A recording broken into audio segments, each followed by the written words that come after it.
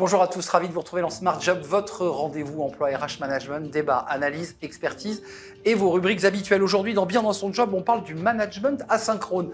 Qu'est-ce que c'est? Caroline Diard va tout nous expliquer. Elle est professeure associée à Toulouse Business School. Elle est notre invitée.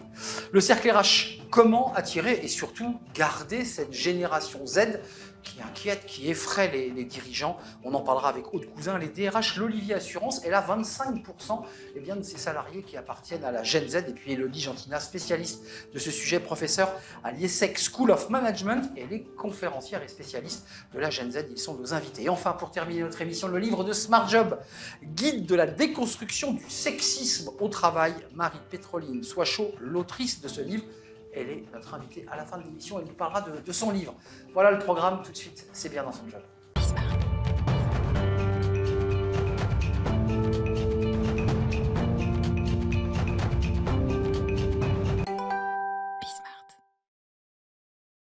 Bien dans son job pour parler du management asynchrone. Alors, on en a pas mal parlé pendant la période Covid.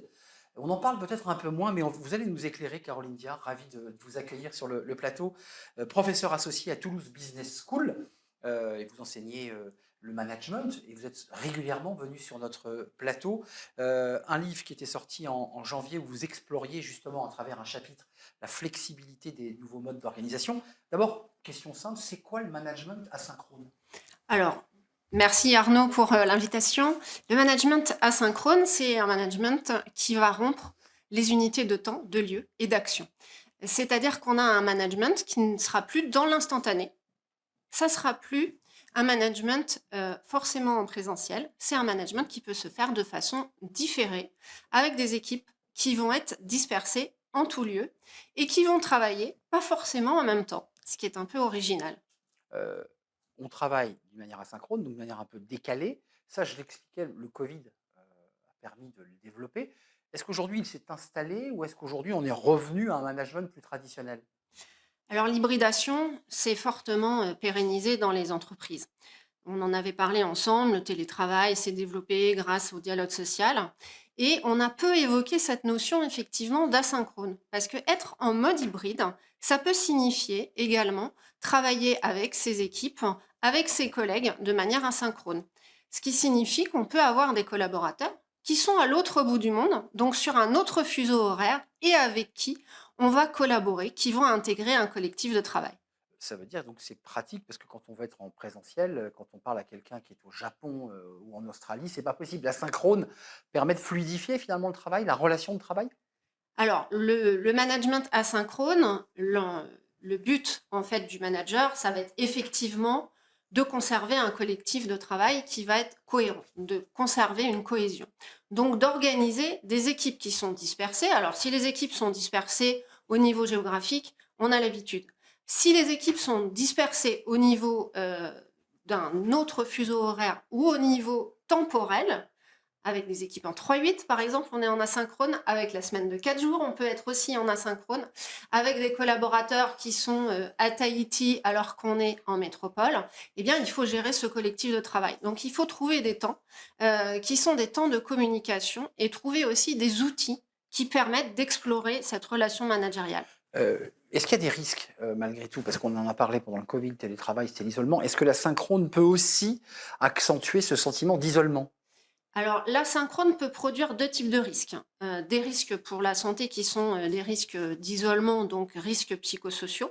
Effectivement, l'éloignement géographique ou le fait de ne pas travailler en même temps au même endroit peut créer effectivement des risques. Il y a aussi un risque, c'est d'avoir des injonctions qui sont des injonctions implicites d'être toujours dans l'instantané.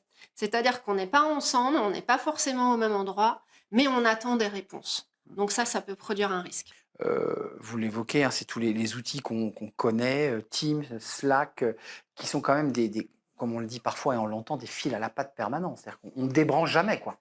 C'est exactement ça, c'est un fil à la patte. On parle parfois aussi, certains auteurs évoquent la notion de laisse numérique, c'est-à-dire qu'il y a une surveillance, un autocontrôle qui va se produire finalement en permanence, puisqu'on est en décalé, en asynchrone.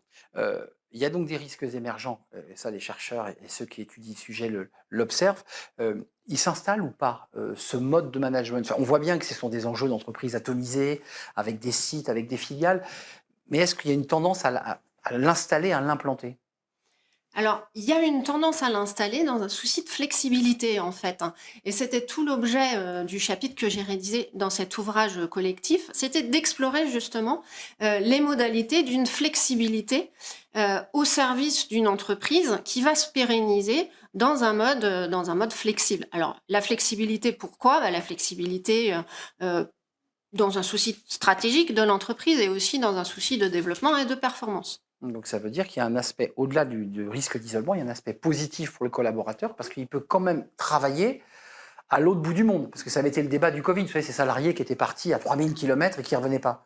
Alors, effectivement, ça peut être très positif si on est en accord avec son employeur et qu'on part travailler à l'autre bout du monde. Alors, ça se fait très bien, justement, grâce à des outils numériques.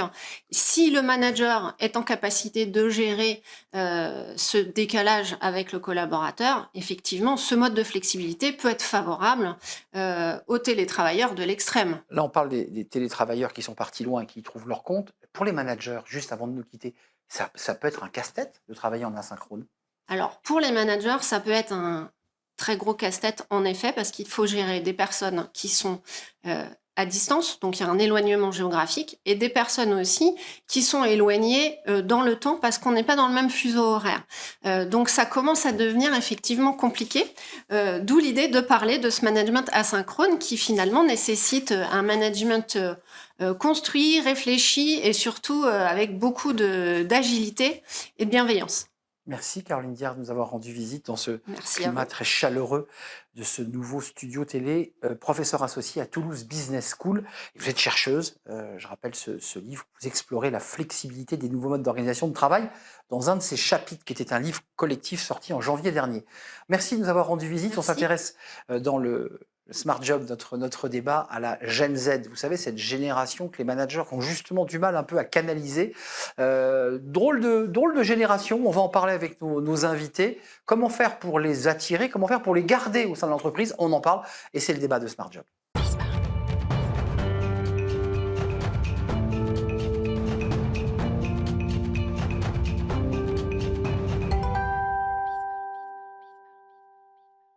Le cercle RH, le débat de Smart Job pour parler de la Gen Z. Alors c'est un peu le sujet qui est sur toutes les lèvres. Vous savez, cette génération un peu terrible qui effraie les managers, les dirigeants, qui hésitent à les recruter.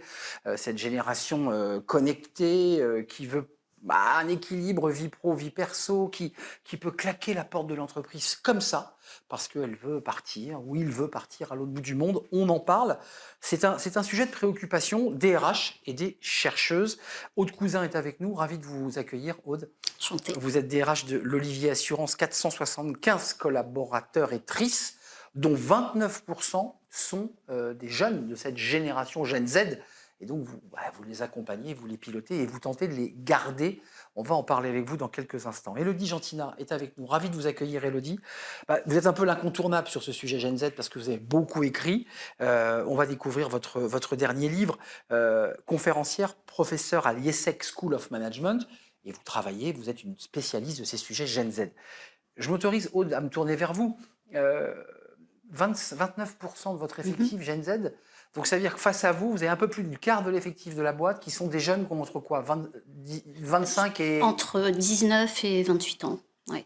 Comment ça se passe Écoutez, ça se passe plutôt bien aujourd'hui. Et c'est pour ça que je vous disais... Aujourd'hui. C'est pour ça que je vous disais que ça m'a empêché de dormir pendant un moment et que petit à petit, on commence à comprendre un peu plus les codes.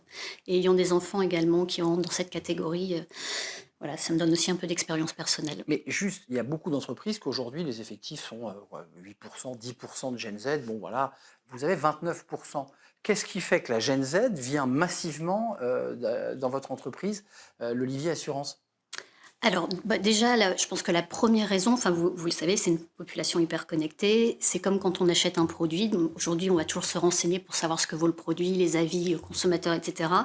Et chez nous, on a le label Great Place to Work, qui est notre porte d'entrée pour expliquer qu'on est une entreprise où il fait bon travailler. Et ça, les Gen Z vont Et le voir. les Gen Z, c'est évidemment très important pour eux. Donc, c'est la première porte d'entrée.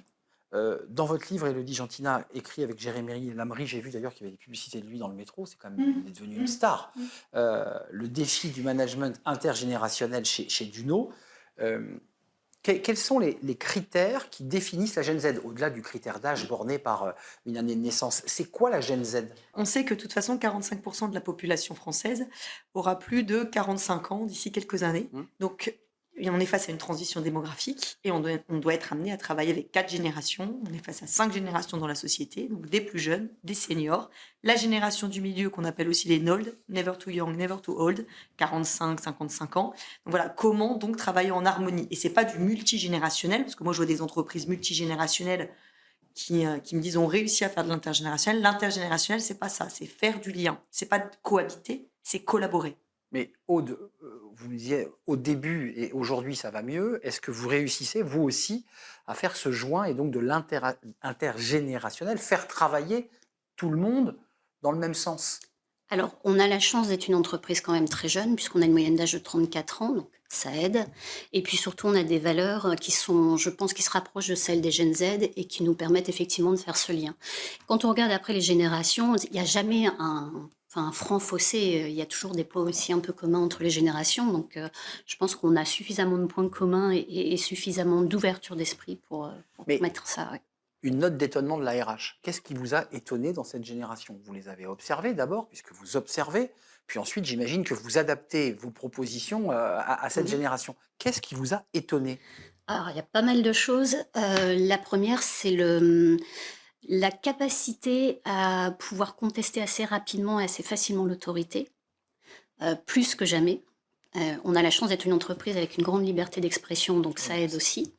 Mais effectivement, il y a ça qui peut poser problème certaines fois. Donc ça veut dire très concrètement que les managers font remonter un petit peu d'insolence ou d'arrogance. C'est ça en fait Oui, ou simplement dire je suis pas d'accord. Et je le fais ce pas. que tu dis, c'est pas vrai en fait, c'est faux. Donc Challenger directement. il y a une espèce de scepticisme a priori quelquefois qui est assez compliqué effectivement à manager, parce que quand on a le sentiment d'essayer de donner du sens, d'expliquer en toute transparence, etc., et d'avoir en face quelqu'un on sent sceptique par rapport à ça, quelquefois c'est un peu frustrant. Parce que vous sentez sceptique et donc vous sentez que vous ne pouvez pas l'embarquer comme vous le voulez en fait. C'est ça le Tout à sujet. fait. C'est ça l'enjeu. Ça colle un peu avec les Complètement. critères Complètement. du Pourquoi? défi, de la défiance?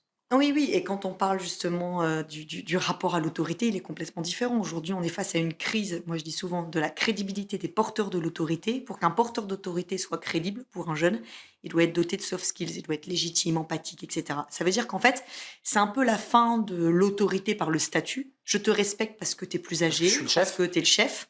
Cette notion de chef, voilà, il devient caduque. On passe plutôt à la notion de manager, bienveillant, empathique. Et donc, on est sur un respect de l'autorité par la compétence. Et ce pourquoi on se pose aussi la question, même quand on recrute, est-ce qu'on recrute encore uniquement et sur le diplôme ou aussi sur la compétence et la motivation? La balle est chez vous, là. Ça, c'est Ouais. le sujet des RH. Et Vous dites... c'est un vrai sujet d'ailleurs, parce que alors moi, sur une équipe de 22 personnes, j'ai 6 personnes qui font partie de la Gen Z, donc j'ai pu aussi les interroger pour comprendre un peu ce qui les motivait. Donc là, c'est votre équipe RH. Là, c'est mon équipe. c'est ceux que vous RH. avez Elle est en direct. représentative finalement Ouais. de toute l'entreprise. Il y a ce qu'on appelle aujourd'hui le conscious unbossing. Je ne sais pas si ça vous parle. Allez-y, C'est le refus en fait pour cette génération de devenir manager. Ils ne veulent pas de manager. c'est clair. Et parce qu'ils voient aussi tous les impacts négatifs qu'il peut y avoir dans le management actuel avec le nombre de responsabilités, d'endosser, etc. Et j'ai posé la question à mon équipe parce que ça me surprenait, mais ouais, effectivement, ils ne sont pas intéressés par le management qui était auparavant le Graal. Mais et c'est qui permettra de faire le lien avec Élodie Gentina, mais qu'est-ce que vous avez transformé aussi, vous, dans votre manière de manager et de gérer vos équipes et les RH à l'aune de cette génération? Qu'est-ce que vous avez changé? Je ne dirais pas qu'on a changé parce qu'on a, par définition, en fait, notre culture, on a une culture qui est quand même assez forte, un ADN que moi j'estime unique, qui repose sur la bienveillance et qui repose sur la collaboration. Donc on a un management qui part de toute façon par défaut et plutôt collaborative, à l'écoute et dans la bienveillance. L'équilibre vie pro, vie perso, je voudrais qu'on en parle parce que ça, c'est un enjeu RH. Vous avez des collaborateurs que vous recrutez et qui tout de suite vous mettent sur la table combien de jours de télétravail. Enfin, ça, Alors, c'est une c'est des la base. pendant un moment, c'était même la première question qui était posée, effectivement. Et alors, comment vous gériez ça? Alors pour le coup, juste parce que pour moi, tout part de la période Covid où on s'est mis tous très rapidement en télétravail. On a souhaité garder ce modèle à l'issue et aujourd'hui, on est sur un modèle où on demande aux gens de venir 2 jours par semaine en entreprise, ce qui laisse quand même beaucoup de flexibilité Et dans la 3 façon jours de- à et 3 distance. jours à distance, ce qui Et- laisse le temps de gérer sa vie pro. Et Distance continuer de- Guadeloupe, ça peut être Charleville-Mézières, Alors, ça peut être... Guadeloupe, non, parce qu'on a, par contre, le côté légal prend le dessus et il y a beaucoup, beaucoup de contraintes liées au fait de travailler à l'étranger. Par Exact. contre, ils peuvent travailler n'importe où en France, ouais. Pour des enjeux de DSI et de, j'imagine, sécurité Pas informatique. que, pas que. réglementaire, de fiscal aussi. Enfin, il y a plein de contraintes. Qui était en train de gagner, j'allais dire, ce bras de fer? Parce que j'évoquais ce matin à l'occasion d'une rencontre professionnelle avec une dirigeante d'entreprise et qui disait: oh là là là là, mais je ne sais pas comment les gérer. Il y avait une espèce d'angoisse chez elle, elle avait 50 ans, et elle était un peu angoissée face à des gens qui, effectivement, il y avait une forme de rébellion, et elle évoquait aussi les enjeux d'horaire très exigeants sur j'ai fini à 17h, je ne veux pas faire une demi-heure de plus. C'est ce qu'elle m'évoquait, peut-être Aude confirme. Pourquoi ce rapport-là? Alors, je pense que tout d'abord, c'est important déjà de déconstruire les stéréotypes qu'on peut avoir sur chacune des générations, dont la nouvelle génération. Donc là, vous m'accablez d'avoir des stéréotypes. Non, mais quand elle dit, voilà, je sais pas forcément les gérer, ils restent sur les horaires, on a toujours des stéréotypes qu'on construit, Ouais. d'accord, des préjugés, parce qu'on utilise des autoroutes cognitives, c'est des choses qui vont vite, c'est voilà, c'est oui, c'est non, c'est blanc, c'est noir. Bah, c'est pareil pour les jeunes, ils remettent en cause l'autorité, ils sont toujours sur le digital, ils sont dans le rébellion, ils n'ont pas forcément envie de s'engager, voilà. Et si on reste sur ces stéréotypes-là, de toute façon, on n'y arrivera pas. Donc c'est important tout d'abord d'apporter un nouvel éclairage et de comprendre, et on va voir qu'en fait, on peut les déconstruire. Ils sont forcément dans le digital, bah oui, parce que voilà, le smartphone, c'est la seconde main. Bah oui. Et pourtant, ils ont besoin de relations sociales. C'est pas tant les jeunes qui demandent du télétravail. Eux, ils veulent de la flexibilité au niveau des Ouais, c'est horaires vrai. de travail, mais eux, ils sont heureux d'aller dans l'entreprise parce que l'entreprise est un lieu d'apprentissage, d'expérience, De rencontres. de rencontre, de socialisation. Et 91% des jeunes déclarent vouloir aller dans l'entreprise pour retrouver leurs collaborateurs qui vont devenir leurs copains. Et Ou leur femme ou leur mari. Pourquoi pas? Parce que On rencontre aussi. D'ailleurs, ça j'avais été interviewée sur ce sujet-là ensemble. Voilà, Exact. l'amitié et l'amour. Exactement. Bref. Qui est un vrai sujet. Qui est un vrai sujet. Et vous voyez, donc on peut aller plus loin, on peut déconstruire les stéréotypes, et donc c'est vraiment important d'apporter un éclairage et de comprendre les jeunes d'un point de vue sociétal et d'un point de vue du travail. Aude Cousin, sur le plan du business, sur le plan de voilà, on parle de la sociologie, de l'attitude, de la manière dont vous vous êtes adapté, et réciproquement, sur le plan business, le travail, la production, comment ça se passe avec cette Gen Z? Ils ont un rapport comme ça, un peu aussi distancié, ou ils ont conscience qu'il faut quand même créer de la valeur et produire? Là aussi, je ne veux pas me Ouais. faire accabler d'avoir des stéréotypes. C'est difficile de répondre d'une seule façon. Bah oui. Mais je rejoins un petit peu ce que vous disiez tout à l'heure sur la façon dont le fait d'être en collaboration, d'être avec des collaborateurs, ils en ont besoin. Ça, c'est vrai. Ça n'a pas toujours été le cas. On a eu une période où il y avait quand même une certaine réticence. On a mis en place beaucoup de choses pour les aider à se connecter en entreprise. Et depuis, on sent effectivement ce regain d'envie d'être sur site, de pouvoir connecter de manière professionnelle, mais aussi de manière très conviviale, raison pour laquelle d'ailleurs on a mis plein d'espaces qui permettent aussi plus de cohésion. Je me souviens plus de votre question de départ. Élodie, un rebond sur ma question, j'en lance une autre. Juste un mot, la productivité et le business. Est-ce qu'ils ont un rapport très concret à l'idée de produire, ou est-ce qu'ils viennent dans l'entreprise, excusez-moi, encore une fois, je ne veux pas être caricatural, mais pour créer du lien social et se rencontrer? Est-ce qu'il y a quand même l'enjeu de créer de la valeur? Non, mais bien évidemment, il y a un enjeu de créer de la valeur. Mais je pense qu'en fait, c'est pas uniquement créer de la valeur, c'est comme tout collaborateur. C'est-à-dire qu'en C'est fait, plus large. C'est plus large, et on le voit bien. Le salaire, c'est le premier critère. D'accord? Mais ça, c'est pour toute génération. Mais ça ne suffit plus, justement, à attirer une nouvelle génération. Ils ont besoin de produire, ils ont besoin d'avoir une rétribution financière. Mais aujourd'hui, on va être aussi sur une reconnaissance qui est existentielle. Besoin de liens humains, besoin de se sentir bien dans l'entreprise. Reconnu. Voilà. Besoin d'être reconnu, besoin d'être aimé, Ouais, besoin et- de se sentir aimé. On en avait parlé d'ailleurs, ce sujet. Ça, c'est un sujet qui est extrêmement important. La C'est pour ça qu'on reconnaissance. voit autant sur les réseaux sociaux. Et c'est ça aussi qui demande demain dans l'entreprise. Oui, tout à fait. La Alors, reconnaissance. sur la reconnaissance, je Pour suis pas sûre conclure. que ce soit vraiment que sur la Gen Z, Non. mais ce qui est sûr, c'est qu'ils ont besoin de sens. Comme je disais tout à l'heure, le fait d'être sceptique, ils ont besoin d'être convaincus d'une chose. C'est pas en leur disant, voilà, on va Fais-le. faire ça pour telle Ouais. ou telle raison ou fais-le. Ils ont besoin de comprendre le sens que ça va donner, ce que ça va effectivement leur apporter et en quoi fois, ça va leur permettre de s'épanouir. Donc, il y a une forme d'exigence dans ce qu'on évoque là, quand même. Il y a derrière Tout à ça fait, une forme ouais. d'exigence Complètement. à l'égard de l'entreprise. Ce qui est une très bonne chose au final. Hein. Ça Ma nous question challenge. Ils challengent l'entreprise, mais est-ce qu'ils sont challengeants avec eux-mêmes?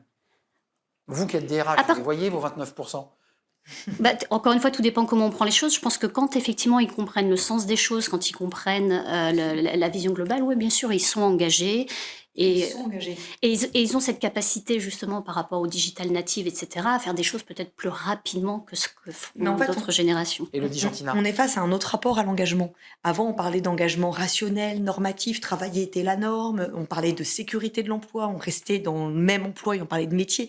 Aujourd'hui, on voit bien que l'engagement, il est complètement différent. Travailler n'est plus forcément la norme, on ne parle pas forcément de métier parce qu'ils sont dans un temps qui est circulaire et non plus linéaire. Quand on leur pose la question comment tu te vois dans 5 ans, beaucoup disent je ne sais pas, mais si je suis heureux à l'instant T dans l'entreprise, j'y resterai. Donc ils ont Ici et besoin d'être maintenant, quoi. nourris, besoin d'être formés, ils ont besoin d'être dans cette quête de sens. Donc on est sur un engagement éthique, intrapreneurial, social, collaboratif, affectif, mais l'engagement est toujours là. C'est intéressant de l'entendre et aussi de déconstruire peut-être les clichés qu'on peut avoir. Avant de nous quitter, il reste 9 secondes. Vous avez eu des départs? Il y a eu quand même une fuite des cerveaux de la Gen Z? Alors au début, oui. Il y a Et plus 2-3 ans, on a maintenant. vraiment souffert. Aujourd'hui, on a une baisse d'attrition comme jamais. Alors de turnover. Et non, les gens aujourd'hui restent. C'est une très bonne Et donc, chose. c'est un peu votre victoire à vous qui êtes DRH de cette entreprise. Merci, Aude Cousin, de nous avoir rendu visite. 29% des effectifs sur un effectif global de 475 collaborateurs de l'Olivier Assurance Lille-Paris. Merci, Élodie Gentina. Le défi du management intergénérationnel, écrit avec Jérémy Lamery, édition Duno, qui est, je crois, votre dernier ouvrage. Exactement. Et bientôt, peut-être un prochain, j'en suis sûr. Un prochain sur les femmes au sommet. Les C'est toujours dans l'inclusion, mais plus sur l'âge, sur le sexe. Vous reviendrez nous en parler. Merci Avec à vous plaisir. deux, mesdames. La suite Merci. de notre programme, c'est Fenêtre sur l'emploi. J'accueille mon invité. C'est le livre de Smart Job.